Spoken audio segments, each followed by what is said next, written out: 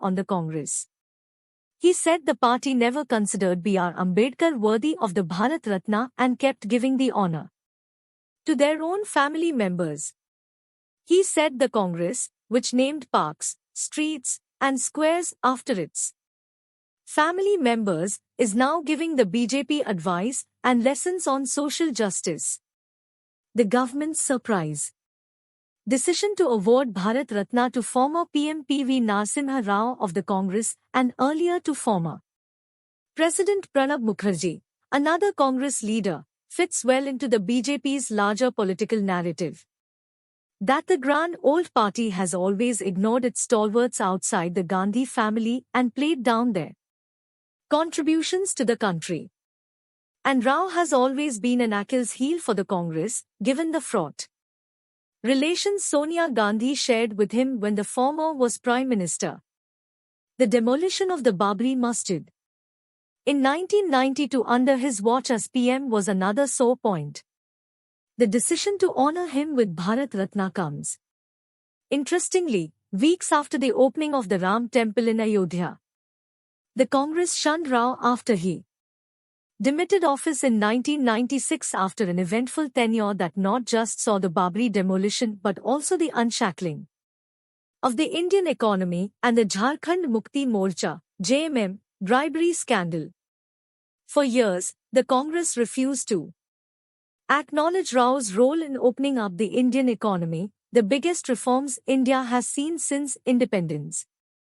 The Congress in recent years, however, made a conscious attempt to include Rao in the pantheon of Congress icons.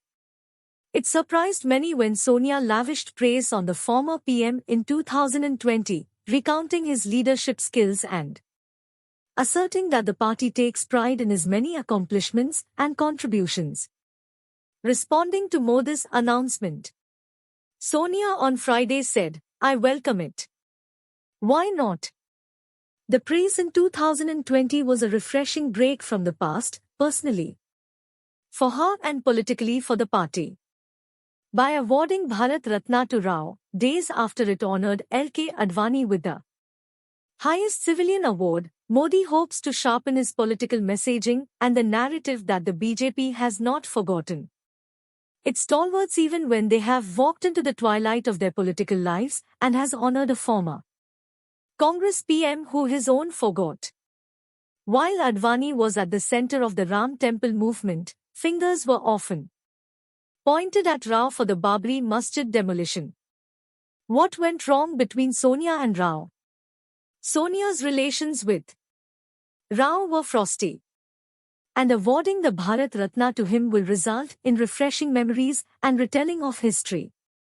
All this just months ahead of Lok Sabha elections, a topic the Congress will not want to be revisited.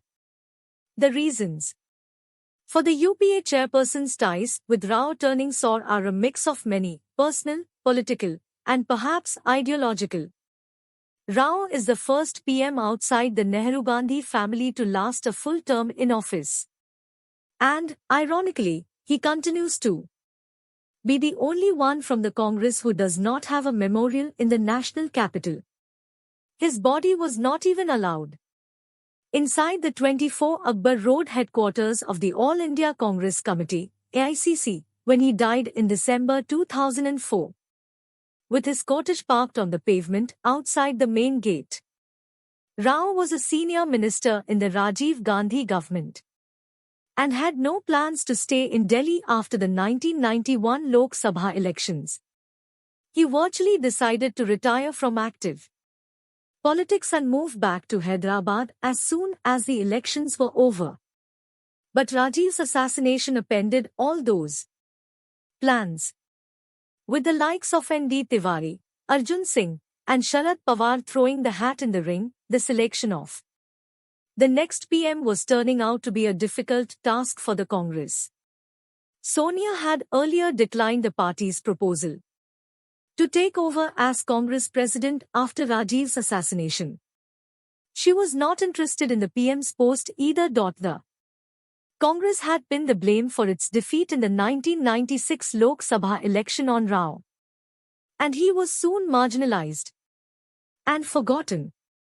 Rather, the party under the leadership of the Gandhis chose to forget Rao as well as his contributions. It is said those close to the Gandhi family, the likes of M.L. Fodar and A.K. Dhawan, were against Tiwari, Singh and Pawar. They favoured the harmless Rao. Singh too withdrew from the race later and favoured Rao to checkmate Pawar. But Rao was not Sonia's first choice. She preferred the then Vice President Shankar Dayal Sharma. However, she did not object to Rao's elevation and endorsed the proposal. A Congress leader who was a minister in the Manmohan Singh government was witness to Rao's meeting with Sonia after it was decided he would be the next Prime Minister. The leader, who happened to be there to meet V. George at 10, Janpath, recalls that when the door was opened for Rao to go in and meet Mrs. Gandhi, Rao lay down prostrate on the floor. It was his way of telling Sonia that he would remain loyal to her.